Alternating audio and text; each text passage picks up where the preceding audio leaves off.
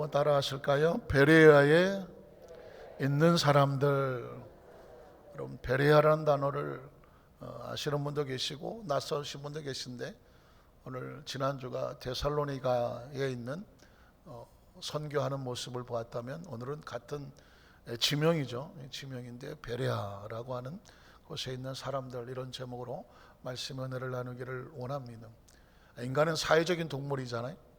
이 공동체를 떠나서 살기가 어렵단 말이죠. 그런데 제가 그전에도 한번 말씀을 드렸지 모르지만, 이 공동체 속에서, 우리 공동체를 말하는 것이 아니라 인간의 사회 삶의 모든 공동체 속에서 모든 사람이 다 나를 좋아하지는 않죠.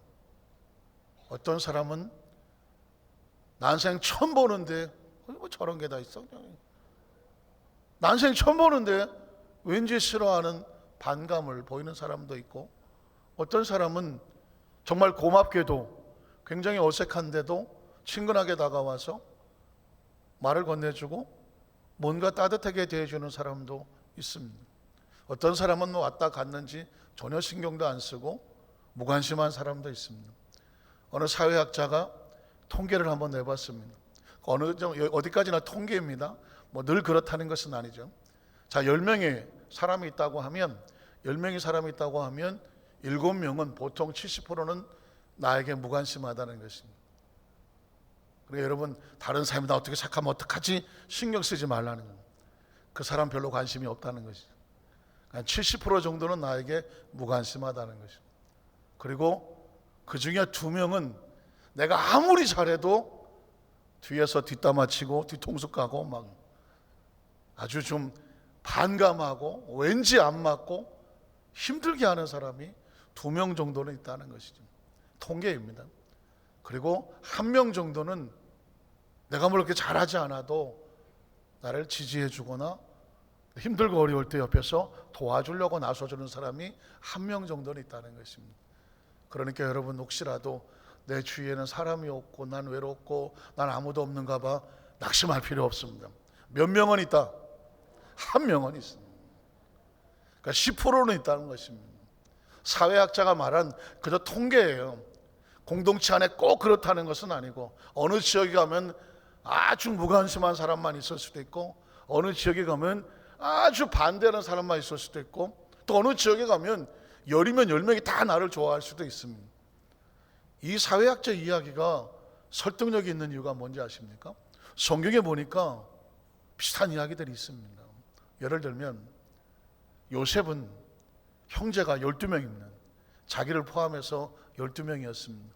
그런데 요셉을 지지해 주는 사람은 1명밖에 없었습니다. 누구밖에 없었을까요? 자기 동생이죠, 동생. 베냐민이라고 하는 동생은 어머니가 그 동생을 낳다가 난산으로 세상을 떠났기 때문에 요셉이 늘 돌보아야 되거든요. 어쩔 수 없이 이 베냐민은 형 요셉의 편이 될 수밖에 없죠. 근데 배다른 형이 몇 명이라고요? 10명이나 있습니다. 근데 이 10명이 모두 다 요셉을 싫어했습니다. 잘 보십시오. 요셉의 약점도 있고 부족함이 있었겠죠.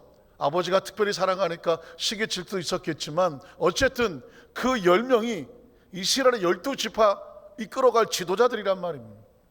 그런데 그 10명이 모두 다 요셉을 시기하고 질투하고 죽이고 싶을 정도로 반감을 가지고 있었습니다. 내가 뭘 잘하고 못하고를 떠나서 요셉이 뭘 어떻게 죽을 죄를 진 것은 아니거든요. 요셉이 꿈을 꾸었다는 그 이유 하나만으로, 나중에 네가 우리보다 더 높아진다고, 그 이야기 상상 하나만으로도 10명은 상처를 받았습니다. 그리고 요셉을 죽이고자 계획을 하고 결국 죽으라고 팔아버렸습니다. 우린 여기서 가만히 보면 물론 이것조차도 하나님께서 이끌어 가시겠지만, 요셉의 입장에서 보면 10명의 형들은 단 하나도 요셉의 편이 없었습니다. 결국 나중에 그 10명은 요셉 앞에 무릎을 꿇고 양식을 구하게 되기도 했었지만, 묘하게도 요셉은 그 10명에게 모두 환영받지는 못했다는 것이죠. 비슷한 상황이 12정탐꾼 이야기 나옵니다. 12이라는 단어가 참 많이 나오죠. 모세는 12명의 정탐꾼을 광야에서 가나안에 파송합니다. 40일을 정탐하고 돌아왔을 때 놀랍게도 10명은 모세와 그 편에 서주지를 않았습니다. 오로지 아론과 여호수아와, 그렇죠, 송가대가 이렇게 필요한 거죠. 지금 제가 아까 은쟁반에 옥구시온 난생이 처음 들어봐 갖고 약간 당황하고 아론이 튀어나왔는데, 여호수아와 갈렙은 전혀 그 마음이 달랐다고 말하는 거예요. 모세와 아론의 편에 서줬다는 것입니다. 왜 성경은 이런 이야기가 나올까? 결국 그 10명은 똑같은 상을 보고 왔지만 모세가 싫었는지도 모릅니다. 왜 당신만 지도자고 우리는 하나님과, 우리도 하나님을 섬기는 사람인데? 라고 하면서 모세를 내려놓고 우리끼리 장관을 세워서 애굽으로 돌아가자 한 이야기를 돌아다 본다면, 뭔가 그들의 마음속에 모세에 대한 영적인 리더십보다는 자기들이 뭔가 하고 싶어하는 것들이 보이는 것도 볼 수가 있었습니다. 예수님의 제자도 12명 있는데, 12명의 제자가 있는데 12명이 전부 다 예수님을 지지하지는 않았습니다. 그 중에 한 사람이 아주 다른 마음을 가지고 있었죠. 누구였나요? 가룟 유다였었습니다. 애시당초부터 가룟 유다는 예수님이 좋아서 들어온 사람은 아닙니다. 이스카리옷이라고 한 가롯 지역의 유다라는 사람이거든요. 독립군이었습니다. 예수님이 많은 사람이 따르는 것을 보고, 또 많은 사람이 그것에 헌금을 하기도 하고 또 예물을 드리기도 하는 것을 보며, 그는 스스로 전대 맡기를 자원했습니다. 그리고 그것을 활용해서 민족의 독립자금으로 뒤로 빼돌리고 싶은 그런 목적을 가지고 예수님의 제자가 됐단 말이죠. 그런 애시당초부터 가룟 유다는 예수를 믿고 따르고 천국 이런 데 별로 관심이 없었습니다. 날이면 날수록 예수님은 유대의 독립은 입에도 올리지 아니하고 하나님의 나라, 천국 이런 이야기만 하고, 가난한 자, 어려운 자 이런 얘기만 하고, 병든 자 치료하고 이방인들 도와주고, 심지어 로마의 백부장까지, 하인까지 고쳐주고 하니까 가룟 유다 입장에서 볼 때는 막 화가 나겠죠. 결국 예수님을 코너로 몰고 십자가에 못 박을 때까지 밀어넣었습니다. 이런 이야기를 통해서 볼 때 이 공동체 안에서 하나님 편에 설 수 있는 그 자리만 있어도 축복인 거죠. 어쩔 수 없는 비율이라고 한다면 우리는 어디에 서야 되겠습니까? 하나님 편에 서야 되겠잖아요. 놀라운 것입니다. 어쩔 수 없어요. 자, 예수님이 가룟 유다에게 뭐라고 말하는지 아십니까? 너는 너희가 하고 싶어하는 일을 속히 하라고. 어차피 넌 그게 일이야. 차라리 너는 태어나지 않았으면 좋았을 텐데 왜 태어났는지, 네가 맡은 일이 그거라고 한다면 차라리 태어나지 말지. 뒤집어 말한다고 하면 하나님의 사람은요, 어떤 상황이 됐다고 할지라도 어느 편에 서야 될까요? 하나님 편에 서야 됩니다. 기독교의 역사, 선교 역사 속에 보면 똑같은 일이 벌어지는 것이죠. 복음이 이렇게 지나갑니다. 복음이 만약 저 로마에서, 저 영국에서, 유럽으로 해서 저 미국으로 갔다가 중국으로 갔다 우리나라에 오고, 이 복음이 또 동남아시아, 남미로 뻗어져 나가는데, 그 복음이 옮겨질 때마다 그 복음을 전하는 그 편에 서는 사람이 있는가 하면, 그 복음이 전해지는 것마다 가로막으려고 몸부림을 치는 그런 편에 서는 사람도 있었다는 것입니다. 그 이야기가 어디서 나오냐면 사도행전에 나오는 것입니다. 성령이 사도들을 통해서 복음을 전하려고 할 때 어느 지역의 사람들은 아주 어떻게든지 그걸 가로막으려고 쫓아다니고 돌로 치고 험담하고 패고리를 끌고 나가서 방해를 하고, 어느 지역의 사람들은 놀랍게도 이제 오시느냐고 기다려왔고 그 복음을 들고 마음을 활짝 열어서 그 지역의 하나님의 역사가 나타나게 하는 것입니다. 오늘 나타난 역사는 바로 베레아 지역이라는 것입니다. 자, 오늘 베레아 지역으로 한번 가보겠습니다. 사도행전 17장 한번 10절을 볼까요? 밤에 형제들이 곧 바울과 실라를 베레아로 보냈다고 합니다. 여러분, 베레아라는 단어를 꼭 기억하셨으면 좋겠어요. 왜냐하면 이 베레아라고 하는 것은 성경을 묵상하고 성경을 사모하고 그 성경을 말씀의 은혜를 받는 가운데 하나님의 놀라운 역사를 베푸셨던 것입니다. 자, 베레아로 보냈습니다. 그랬더니 그들이 이르러 온 유대인의 회당에 들어가더라. 아직은 교회가 세워지지 않았기 때문에 회당을 사용해서 말씀을 가르쳤는데요, 그 다음 절을 보면 베레아에 있는 사람들, 자, 여기서부터 밑줄이 필요하죠. 베레아에 있는 사람들은 어디에 있는 사람들보다, 데살로니가에 있는 사람들보다 더 어떻다? 너그럽다고 말하고 있습니다. 여기서 말하는 것은 마음이 열리고 마음이 따뜻하고 하나님의 나라 편에 사모하는 심령의 복을 받은 사람입니다. 여러분, 심령도 복을 받아야 돼. 심령도 복을 받아요. 어떤 사람은 끝까지 강팍하여 회개하지 않습니다. 헤롯과 같은 사람, 끝까지 강팍하여 회개하지 아니하고 나중에 벌레 먹어 죽습니다. 세상에 가장 불쌍한 사람은 어떤 사람인지 아십니까? 심령이 강팍하여서 마지막까지 마음의 문을 열지 않는 사람입니다. 제가 그 전에 조영기 목사님께서 우리 순복음은요, 이 구원론에 있어서 만인 구원론입니다. 모든 사람들이 누구든지 주의 이름을 부르는 자는 구원을 얻는 사람. 그래서 구원을 얻는데 차별이 없어요. 그런데 여러분, 장로교를 좀 다녀보시면 혹시 아실지 모르겠지만 장로교에서는 예정론이라는 단어를 씁니다. 하나님께서 이미 구원받을 사람은 예정해 놓았다는 것입니다. 구원받지 않은 사람은, 예정되지 않은 사람은 구원받지 못한다라고 하는 켈빈주의 이렇게 해서 예정론이 나오고 있습니다. 물론 그렇게 얘기할 때도 이유가 있어서 그렇게 하는 것입니다. 그러나 우리 순복음 쪽에서는 누구든지 주의 이름을 부른 자마다 구원을 얻으리로다, 그 말씀에 근거하여 우리는 누구든지 예수를 믿으면 구원받을 수 있다라고 구원을 가지고 있습니다.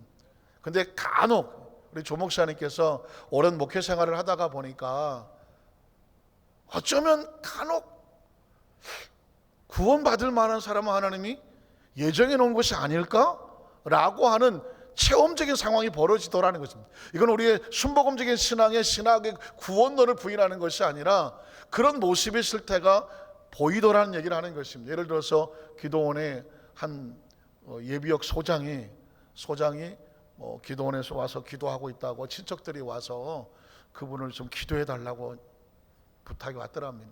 목사님들 기도원 가서 기도하시는데 아시는 분을 통해서 예비역 소장이 지금 기도원에 와서 가난 말기에 와서 있는데 목사님 오셔서 기도해 주면 참 좋을 것 같다고. 그래서 친척들은 크리스찬인데 그분은 크리스찬이 아닌 거예요. 그래서 친척들이 워낙 열심히 있는 신앙인들이라 목사님이 찾아가서 기도를 해도 되겠습니까? 라고 말했더니 이 예비역 소장이 뒤로 확 돌아서더라는 것입니다. 조영기 목사님, 여의도 순복음 당회장 조 목사님이 기도해 드리겠습니다 그랬더니 그분이 당사자가 확 돌아서더랍니다. 난 기도 같은 거 안 받습니다. 얼마나 당황이 되겠습니까? 제가 그래도 혹시 같이 기도하면 어떨까요? 그랬더니 기도는 나약한 사람들이나 받는 거지 나같이 장군 출신들은 절대 기도받지 않습니다. 이건 뭐라고 설명이 안 되더라는 것입니다. 결국은 가족들만 기도해주고 돌아섰다 하면서 너무 안타까운 거죠. 가난 말기에 목숨을 잃느냐 이건 둘째치고 예수를 구주로 영접하면 영원히 영혼을 위해서 간 거거든요. 근데 그분은 아주 완강하게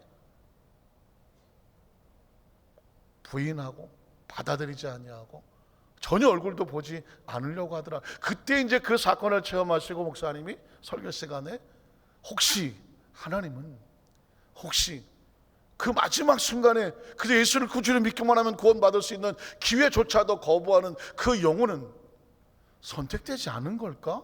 라는 그런 생각을 해본 적이 있으시다는 얘기를 들었으면 전적 개인적인 경험이니까 어떤 신학적인 구원론의 이야기하고는 조금 차이가 있습니다. 어쨌든 어떻습니까? 예수를 구주로 고백을 하면요, 말씀이 선포되면 아멘으로 받아들여지는 심령이 있는가 하면 아무리 어떤 말씀이 들어와도 전혀 마음에 받을 생각이 없는 사람도 있습니다. 그렇다고 본다면 어떤 것이 축복일까요? 받아들여지는 것이 축복이에요. 믿어지는 게 축복이고요. 그냥 첫 시간에 딱 말씀이 선포되고 우리가 신앙 고백을 하면서부터 은혜가 되고 성가대가 찬양을 할 때 난 아까 눈물 나서 진짜 큰일 날 뻔했네. 설교도 못할 뻔했네. 너는 아느냐? 제목이 심상치 않더라고. 뭘 하려고 그러는 거지? 내가 너를 얼마나 사랑하는지, 얼마나 좋아하는지, 얼마나 기다렸는지, 너의 수치를, 너의 아픔을 담당하기 위해서 내 생명을 주었는지, 이 마음을 너는 아느냐고 묻는 것입니다.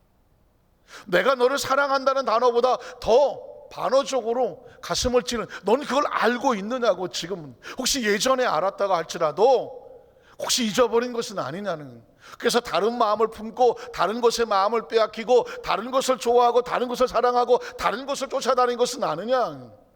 여전히 너는 내가 너를 기다리고 사랑하고 귀히 여기는 것을 알고 있느냐? 그 아는 것을 가슴에 품고 아는 것만큼 너도 나를 사랑하느냐? 너도 나를 소중히 여기느냐? 라고 질문하는 거잖아요. 사실 너무 귀한 찬양이고 성가대 찬양으로도 귀하고 문득 그런 생각을 했습니다. 누군가 솔로를 해도 큰 은혜가 될 것 같다라는 생각이 들었습니다. 누군가 마음에 감동이 오신 분이 계시면 한번 신청하셔서 솔로를 한번 해보십시오. 굉장히 큰 은혜가 되리라고 했습니다.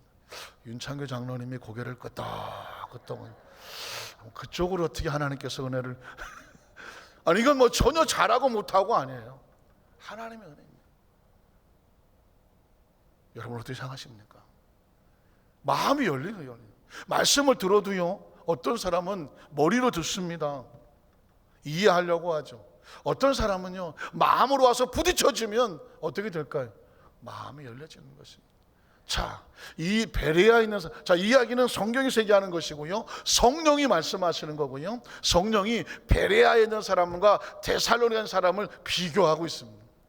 데살로니가에 있는 사람은 복음이 전해졌는데 마음이 완강하고 부인하고 딱딱하고 오히려 전하는 바울과 실라를 어떻게든지 해방하려고 무리를 끌고 가서 폭행을 하고 죽이려고 달라들었습니다. 복음이 전해지는 것을 막았습니다. 마치 요셉의 꿈이 이루어지는 것이 싫어서 형들이 팔아버리는 것처럼 하나님의 뜻을 정면으로 거스르려고 했다는 것입니다. 그러나 베레아 사람은 달랐다는 거죠. 베레아 사람들은 마음이 열려 있었다는 것입니다. 그리고 두 번째 그 마음은 뭐냐? 간절한 마음으로 말씀을 받았습니다. 한번 따라 하실까요? 간절한 마음으로 말씀을 받고. 여러분, 하나님의 말씀 앞에서요, 하나님 말씀 앞에서는 심령이 가난해야 돼요. 가난해야 돼요. 오늘 어디 가서 낮에 고기 먹었다, 저녁에 고기 먹고 왔다. 고기 먹은 사람한테 예를 들어서 저녁 밥 먹으러 가자 그러면 나 생각 없다. 왜? 이미 꽉 찼어. 근데 한 3일 굶었다. 3일 그만 굶어봐. 뭐는 안 먹고서 뭐는. 이 말씀의 사모함이 이렇습니다.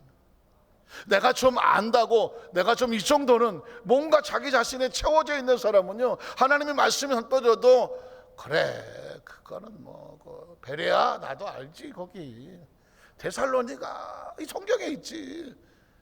아이고, 오늘 사도행전 17장이니까 아이고 28장 언제 끝나나.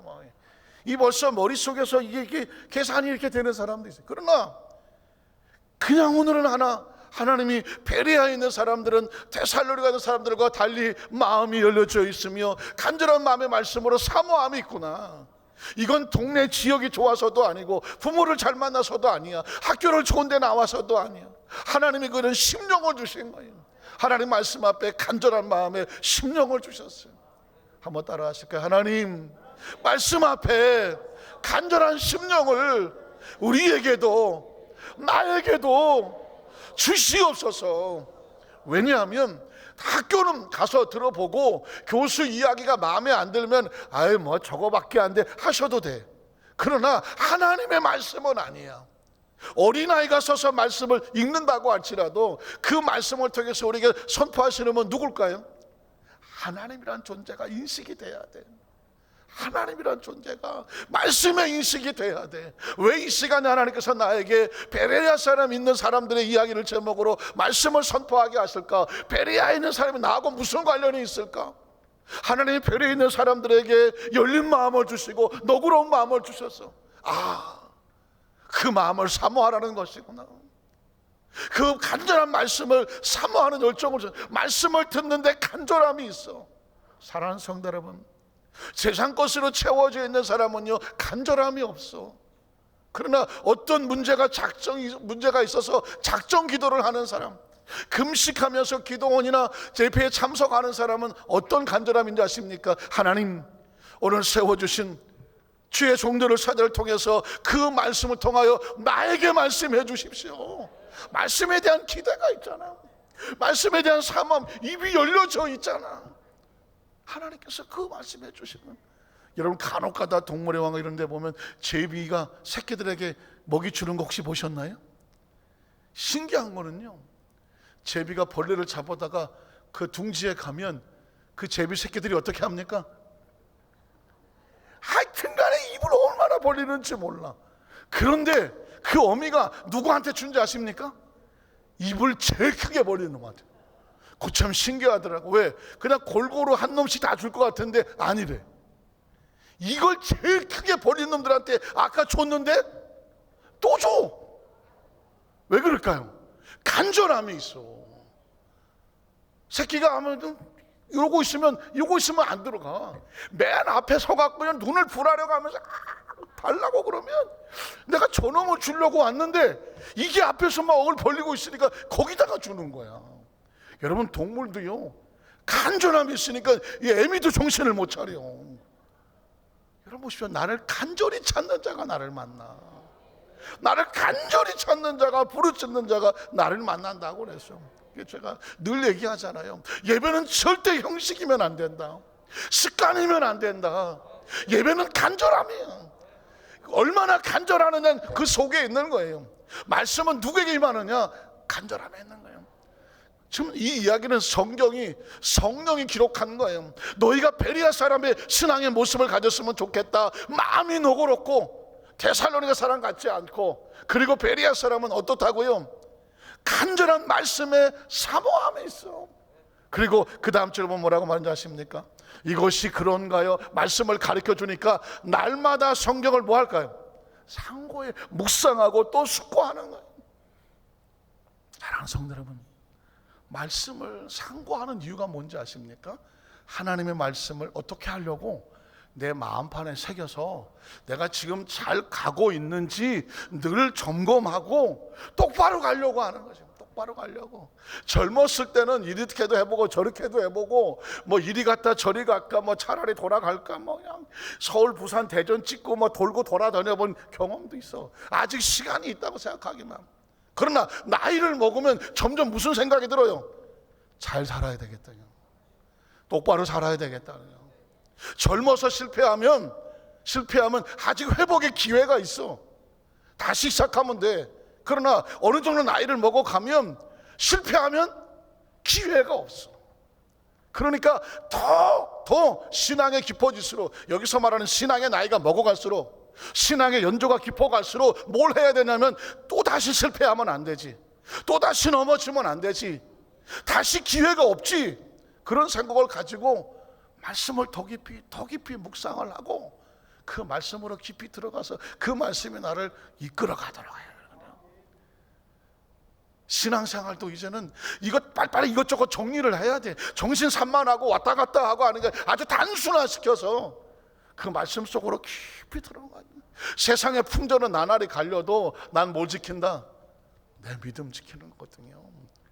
세상이 점점 뭐 현란해가고 뭐 악해가고, 아까 우리 장로님 기도하시는 것처럼 이건 뭐 지금 대한민국이 그냥 뭐 사방으로 해서 이거 어떻게 될는지, 이 열강들에 끼어갖고 뭐 이리 터지고 저리 터지는 것 같고, 한 놈은 뭐 미사일을 뭐 수도 없이 자꾸 쏴대고 앉아있지, 뭐 남의 집 비행기가 안방을 들락날락 돌아다니고 있지, 뭐 어떤 옆집은 너 갑자기 무슨 옛날 같지 않게 자꾸 찬바람 쌩쌩 불지. 이거 갈 데가 어디 있어? 성경이 그 얘기를 하죠. 모압과 암몬이 수십만이 하루아침에 코앞에 왔어. 정찰병들이 와갖고 왕이시여 큰일 났나이다. 모압과 암몬 수십만 연합군이 지금 코앞에 와서 우리가 지금 죽게 될 지경입니다. 그때 여러분 여호수아 보시고 온 백성을 끌고 나가서 하나님 앞에 엎드려서, 하나님, 온 우주를 지으신 분이 하나님이 아닙니까? 이 나라를 여기까지 일고 오신 분이 하나님이 아닙니까? 지금 전후 좌우 사방을 바라봤더니 사방에 막혀서 오도 가도 못하게 되었습니다. 우리가 어떻게 할 줄도 모르겠고 어떻게 할 방법도 없고 오직 주만 바라보라는 그 고백이 거기서 나오는 거예요. 여기서 도와주고 저기서 도와주고, 아이고 중국에서 이거 와 도와주고 미국이 도와주고 뭐 일본이 도와주고 뭐 러시아가 뭐 도와주고 그러면 사실 사방 정신 사나워서 하늘 쳐다볼 기회가 없어. 그런데 지금이 하나님 쳐다볼 때예요. 지금 쳐다볼 때예요. 대통령으로부터 시작해서 온 나라가 진짜 죄를 뒤집어 쓰는 마음을 가지고 나와서 하나님을 바라볼 때가 있대고, 교회가 일어날 때가 있대고, 크리스찬들이 정신 차릴 때가 있대고, 우리가 다시 시작할 때가 있다는 것이죠. 일본의 물건을 뭐 불매운동 하자고 막 사회적으로 일어나잖아요. 페이스북에도 막 올렸어. 어느 목사님이 일본의 물건 불매하자 그랬더니 거기에 제가 알고 있는 후배 일본 선교사가 댓글을 하나 달았어. 아유 목사님, 일본이 경제 보복 조치를 하면 한국도 조목조목 따져서 경제 보복 조치를 하던가 하면 되지, 불매 운동을 일으키라고 하는 것은 어디서 근거한 겁니까? 난 일본에서 선교하고 있는 일본의 영원 고령과 일본에 있는 제일 동포들에서 고령한 일본 선교사 누구누구 목사입니다. 우리는 이 상황 속을 안타깝게 여기면서 대한민국과 그리고 대한민국 교회를 위해서 일본과 일본의 교회와 성도들의 영혼 구원을 위해서 우리는 작정하고 눈물로 기도하고 있습니다. 우린 영혼을 구원하고 기도하고자 했는데 이렇게 불매운동하고 이러면서 양쪽을 악화시켜버리면 우리는 어쩌란 말입니까 하고 일본에 있는 목사님이 한탄하면서 글을 올렸더라고. 우리가 일본에게 당하는 여러 가지 상황을 시작하면 뭐 진짜 뭐 불매운동 이런 것도 막 마음이 생기겠지만 정작 일본에 있는 영혼에서 기도하는 일본 선교사들을 생각하니 이것도 이게 쉽게 결정한 문제는 아닌가. 그렇다고 한다면 지금 우리는 어딜 봐야 되겠습니까? 오직 주만 바라보나요? 이건 하나님이, 사람끼리 치고받고 싸우면 둘 다 터지고 죽는 거예요. 하나님께서 지혜를 주셔서 무슨 방법을 열어서 아하 하나님이 하시는구나, 이런 우리는 이럴 때마다 하나님에 대한 기대감으로 채워야 될 줄로 믿습니다. 그걸 알고자 날마다 성경을 상고하는 거지. 하나님의 뜻이 어디 있는가? 하나님의 뜻이 이루어지게 하여 주시옵소서. 그 다음 절은 뭐라고 말합니까? 그 중에 믿는 사람이 나오기 시작했어. 베레아는 곳에 믿는 사람이 많았고 했습니다. 데살로니가 가서 복음을 전했더니 안 믿는 것들이 더 많았다고 그러죠. 오히려 바울과 실라 쫓아버려서 막 그냥. 그래서 바울과 실라가 어디로 갔느냐면 베레아로 와버렸거든요. 그랬더니 베레아 지역에 있는 복음이 들고 가서 믿는 사람이 많았고 헬라 그리스의 귀부인들과 귀족들까지도 복음을 열었고 남자들도 적지 아니하다고 말했습니다. 계속 베레아에 복음이 들어가기 시작하는 것입니다. 그 다음 절 보면 뭐라고 말합니까? 그런데 이 데살로니가가 문제야. 이 데살로니가에 있는 유대인들이 바울이 하나님 말씀을 베레아에서 전한 줄을 알고 그 소리를 듣고 어이? 바울과 실라가 이게 어디 가서 숨은 줄 알았더니 베레아에 가서 복음을 전한 소식을 듣고 어떻게 하냐면 거기까지 쫓아옵니다. 그 다음 절 보니까 뭐라고 말하는,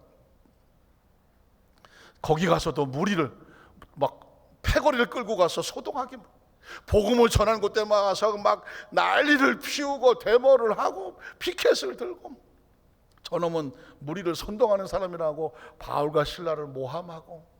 여러분 보십시오. 지금 이 사람은 바울이 생긴 게 미웠는지 뭐가 마음에 안 들었는지 방해하고 있지만 사실은 누구를 방해하고 있는 것입니까? 하나님의 나라, 복음, 선교, 전도, 영혼 구원을 방해하고 있는 것입니다. 여러분 아까 제가 처음 서두에 시작할 때 어느 편에 서 있는지 위치 파악을 해야 된다고 말씀을 드렸죠. 우리가 지금 서 있는 이것이 하나님의 편인가?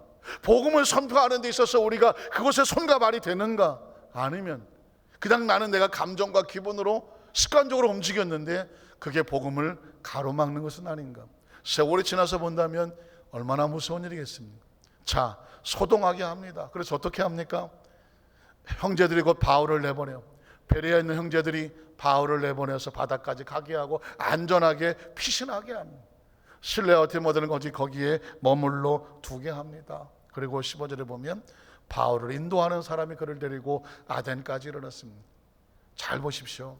바울이 복음을 전할 때 저렇게 목숨을 걸고 끝까지 도와서 안전하게 바울을 인도하고 피신하고 이끄는 사람이 있는가 하면 이 데살로니가에 있는 사람들은 뭘 그렇게 못 잡아먹었는지 바울의 고난 곳곳마다 복음을 방해하는 사람이 있었다는 것입니다.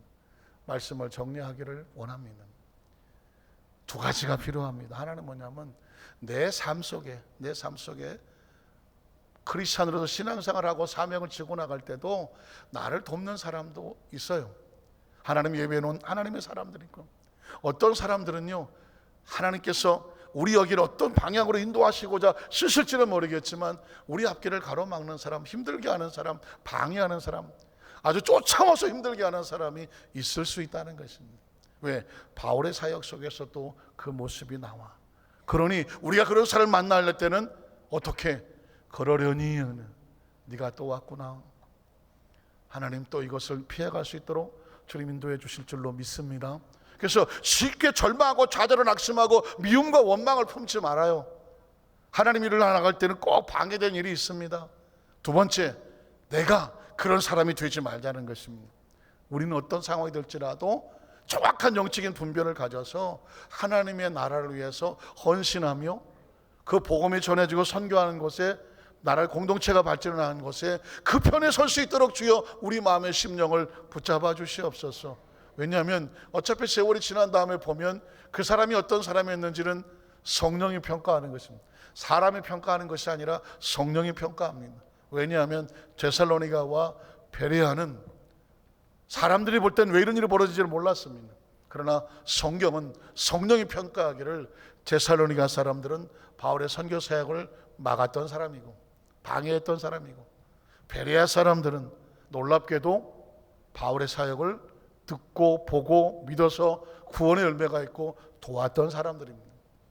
한 가지 제가 여러분 혹시 조심스러운 단어는, 베레아라는 단어가 성경에는 이렇게 중요한 단어인데 대한민국에는 베레아라는 단어가 썩 좋은 의미로 쓰여지지를 않고 있습니다.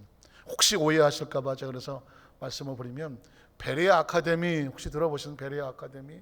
예, 베레아 아카데미는 성경 속의 베레아는 이렇게 좋은 의미가 있는데, 지금 우리나라에는 이 베레아라는 단어를 소위 말하는 김기동 목사님이라고 귀신론을 가지고, 침례교 쪽에서는 이단이 별로 없는데 뭐 지금 이단이 아니니 뭐 좀 힘들기도 하지만은 결국 한때 이단이었었던 그쪽에서 베레아 아카데미라고 해서 많은 성경을 가르쳤고, 거기 출신들이 많이 한국에서 활동을 했었습니다.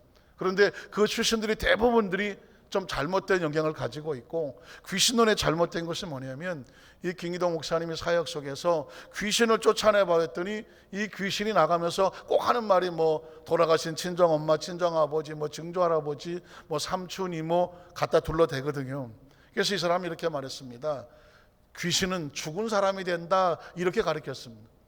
그래서 성경에는 귀신은 죽은 사람이 되지 않은 것이 아니에요. 타락한 천사 3분의 1이 그들이 마귀의 부림을 받아서 악한 영이고 귀신인데, 이 사람은 그 성경에 없는 이야기로 죽은 사람이 귀신이 된다라고 가르침으로 인해서 기독교적인 어떤 귀신론에 잘못된 것을, 지금 그 교회는 굉장히 큰 분란이 일어나서 그분이 소송에 걸려 있기도 하고 어렵고, 그 원래 있는 성도들이 우린 그런 걸 받아들이지 않는다라고 지금 굉장히 좀 분쟁 중에 있습니다. 혹시라도 우리 성도들 가운데 베레아라는 단어를 목사님한테 설교 들으니까 아주 좋은 의미인데, 우리 베레아 아카데미 어떤 얘기를 하게 되면 나도 한번 배워볼까? 절대로 안 되는 거죠. 지금까지는 여기 가르치는 것들은 정통 기독교회에서는 전혀 인정할 수 없는 이단적인 요소를 가르치기 때문에, 혹시라도 그런 부분에 베레아라는 단어로 성경을 공부하거나 교재가 나와 있거나 할 때는 꼭 교구자님이나 담임 목사님한테 확인을 거쳐서 할 수 있도록 하시고, 성경 속의 베레아와 한국 교계 베레아 아카데미라든가 이거는 구분하셔서 하셨으면 좋겠습니다. 기도하겠습니다.